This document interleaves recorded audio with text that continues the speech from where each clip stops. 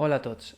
Bueno, com estem en aquesta nova situació de confinament, la presentació que hauríem de fer a classe la fem aquí, la fem per internet i en vídeo. Bueno, estem parlant de M2, estem parlant de Linux, UF3 i parlarem de la configuració de l'entorn de xarxa a Linux i de la configuració de dispositius perifèrics. Llavors, totes dues coses, en la configuració de xarxa distinguirem entre el Network Manager i Netplan. Okay? Ara veurem què és. I després, dispositius perifèrics.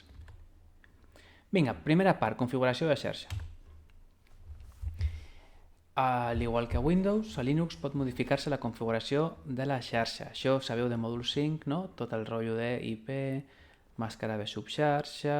Bueno, tot això ho sabeu de sobres, DNS, vale? A Windows, suposo que tothom ho sap, no? Baix a la dreta, botó dret, configuració, tal, editar IP... Bueno. Doncs també es pot fer de manera molt senzilla a Linux. Però a Linux, com sempre, tindrem dues maneres de fer-ho. Per interfície gràfica, que es diu Network Manager, o per terminal. Per terminal també veurem per què, perquè de vegades ens farà falta. Val? Llavors hauríem d'aprendre les dues maneres. Molt bé. Mètode gràfic, que és el Network Manager. Totes les distribucions de Linux amb interfície gràfica tenen un Network Manager. Totes. Que tinguin interfície gràfica, insisteixo, clar, òbviament, que puguis fer clic en un lloc per poder accedir a aquesta zona. Mostres de manera senzilla totes les opcions disponibles. Veure o modificar la configuració. En el cas de l'Ubuntu que estem treballant a classe, vale? El Budgie, a dalt i a la dreta, fas botó dret i tens, per exemple, Connection Information, on et surt tota la informació d'IP, màscara de subxarxa, el que hem dit. Vale? Llavors, jo crec que de manera més senzilla que en Windows ho pots veure. Vale? Insisteixo, botó dret, Connection Information. I de la mateixa manera, botó dret i Edit Connections. De manera que pots entrar a editar les connexions. Normalment anem a la pestanya de IP4, vale? I, per exemple, podem triar automàtic o manual. Hi ha més opcions, però jo personalment només he fet servir a la vida automàtic i manual.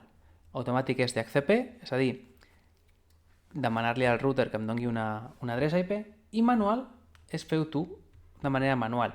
Si vas a manera manual, molt senzill, vas a la línia de les adreces, afegir, i has d'afegir una adreça. La màscara de subxarxa es pot afegir de dues maneres. O amb el codi CIDR de manera, per exemple, un 24, vale? Que vol dir que hi ha 24 uns, o de la manera tradicional 255, 255, 2550. De totes dues maneres funciona. No sé si heu donat a mòdul 5 del 24, però bueno, que sapigueu que si, tal com veieu en el dibuix, si en lloc d'un 24 fico un 255, 255, 2550, funciona perfectament. De fet, la mateixa línia se'n fica de color vermell si no està ben ficat. Llavors, escrivim les tres dades, adreça, la màscara de subxarxa i la gateway, vale? I ja podríem acceptar i ja funcionaria. Ens faltaria el tema de DNS, que se fiquen aquí baix. Aquí fiquem els DNS i, molt important, si tenim més d'una adreça DNS, els hem de separar per comes. Vale? I una vegada que hem fet canvis, desconnectem i tornem a connectar perquè aquests canvis s'apliquin. Vale? Això és molt senzill i això us trigareu un minut i mig de fer la comprovació. Però ara està l'altra part. Com feu de manera gràfica? I la primera pregunta seria, per què feu de manera gràfica? Quina necessitat n'hi ha de fer-ho? Doncs imagineu, si tu has creat un servidor per a una pàgina web, aquest servidor estarà en un hosting i no tindrà un monitor per a ell. Val? Serà un servidor en el qual jo em puc connectar de manera remota i ja està. I aquests servidors són una pantalla negra amb un terminal. Llavors, si vull canviar la IP, clar, ho hauré de fer d'una manera en terminal, no ho puc fer de manera gràfica. Vale? O una altra cosa que ens pot passar és que sí que tinguis un ordinador que té interfície gràfica, però que no la fem servir perquè ens connectem de manera remota. Imagina't que tu agafes un ordinador vell i el vols fer servir, jo que sé, de servidor de dades de no sé què. Doncs aquest no tindrà, o encara que tingui pantalla no la farà servir i connectaràs des d'un altre equip. Llavors és important aprendre a configurar la xarxa per terminal. De fet, hi ha una manera nova a partir d'Ubuntu 18 que es diu NetPlan. Us ho dic perquè de vegades mirareu tutorials per internet i parlarà de modificar segons quins arxius, però a partir d'Ubuntu 18, insisteixo, heu de buscar una cosa que es diu NetPlan, del que parlarem ara. Molt bé, llavors, primer, si volem veure l'adreça IP, vale? Suposo que també heu après que es pot ficar ifconfig, però, insisteixo, mirem les maneres més modernes, més actuals. La comanda que fem servir avui dia per a mirar la IP és IP espai ADDR. ADDR, com sabeu, ve d'adress. Vale? I ens surt aquí amb el nom de la interfície de xarxa, que en aquest cas és ENP0US3, i aquí surt l'adreça IP. Vale?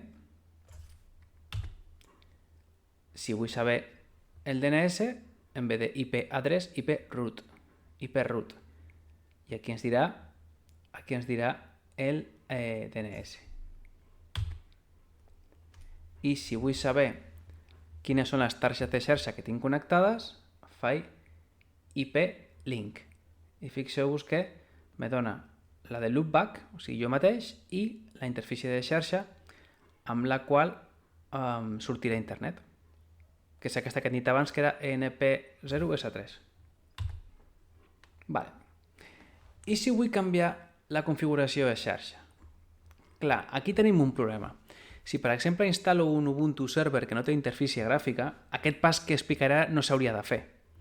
Però, clar, en el moment en què tinc un Ubuntu Budgie amb una interfície gràfica, que és la que ha pres el control, primera cosa que hauré de fer és desconnectar, deshabilitar aquest Network Manager, vale? Per tal de poder fer la configuració per finestra de comandes. Llavors, primer de tot, deshabilitar aquest Network Manager. Aquí, mirant per internet, he trobat una pàgina que diu Disable Network Manager and Enable Systemd Network D. Systemd Network D, què és? És un servei. És un servei DB de Demon, de dimoni, vale? I és, diríem, el servei que se n'encarregarà ara. Llavors, què ha de fer? Primer, cridant a System Control, que és la instrucció amb la que se fan un munt de coses que ja anirem veient, doncs faig sudo systemctl, primer aturo el servei Network Manager, després el deshabilito i després l'amago. Faig stop, disable i mask. I una vegada que ja està, el que faig és al revés amb el network de service. Lo desenmascaro, l'activo i el començo. Un mask, enable i start. De manera que ja veieu que jo he fet systemctl stop network manager service, systemctl disable network manager service i systemctl mask network manager service. Què passa? Que a partir d'ara la interfície gràfica aquí em surt una X. Per què? Perquè Network Manager ja no té accés a la xarxa, ja no controla la xarxa. Per tant, aquí sortirà com a disabled. Què faig ara? Habilito systemd, lo desenmascaro, lo activo y lo comienzo. Unmask, enable y start. ¿Vale? I a partir d'ara ja puc fer servir NetPlan, que us explicava abans. Llavors, què és NetPlan? NetPlan és una manera, insisteixo, moderna de controlar les IPs, de controlar la configuració de xarxa a partir d'Ubuntu 18.04 i que ara que ve Ubuntu 20 amb més raó, vale? ja serà un mètode que ja no és nou, vale? I doncs, buscant en internet, aquesta és la pàgina oficial, sí? I primer de tot el que fa és generar un arxiu amb l'extensió YML, vale? En la carpeta /etc/netplan. Què és aquest YAML? Un estàndard de serialització de dades. És un tipus d'arxiu que cada vegada es fa servir més. Si recordeu, aquest programa que fem servir els profes per controlar els vostres ordinadors també, per exemple, porta darrere un script, un arxiu en aquest format YAML. És molt important avui dia. I el que aquí és vital del tot és la indentació. Ara veurem. Però és superimportant la indentació. Què és la indentació? Els espais que deixem al començament de cada línia. Vale? Llavors, primera cosa que farem serà crear aquest arxiu i segons, aplicar els canvis ficant la instrucció netplan apply. Fixeu-vos. Què són aquests arxius YAML? Són arxius on se li van ficant instruccions. Per exemple, si jo vull que l'ordinador agafi l'adreça per DHCP de manera automàtica, fico network : i en la següent línia, fixeu-vos que deixo ping, dos espais. Superimportant. Què vol dir això? Això és per a fer una estructura jeràrquica. Versió 2 penja de network, per tant, faig salto de línia i dos espais. Versió 2. Rendered network D, és a dir, qui té el control network D. Fixeu-vos que això està a la mateixa alçada. Per què? Perquè tot penja de network. Però ara fico Ethernet, i com vull parlar d'una Ethernet, salto de línia, dos espais. Veieu? Això se li diu indentació, insisteixo. I fico aquí el nom de la interfície de xarxa. Recordeu que l'hem vist abans, ENP3 és a 0, Enter, dos espais, i ara DHCP4 true. Vale? Aquest arxiu ja el podria guardar i una vegada aplicat ja funcionaria. Vale? M'estava fixant que això ho he agafat d'internet, però aquí crec que hi ha una equivocació. Fixeu-vos, està malament. Veieu que aquí diu ENP0S3? Vale? Cuidadín, Vosaltres haureu de fer, per saber el nom de la vostra targeta de xarxa, IP link. Però molt probablement serà aquest. O sigui que no patiu. Però cuidadito, perquè aquí hi ha una errada. Està al revés. Vale? Doncs aquest és l'arxiu que hauríem de gravar a /etc/netplan, vale? Per a tenir direccionament automàtic, és a dir, perquè la IP ens la doni per DHCP. I aquest altre diferent l'hauríem de fer servir per a ficar la IP de manera manual. És igual, network, salto de línia, dos espais, versió 2.2, rendered network D, Ethernet NP0S3, cuidadito que esto también está mal, sal de línea, dos espais, adreces, dos punts, sal de línia, dos espais, guió, espai, i l'adreça que tu li vols ficar a la targeta de xarxa.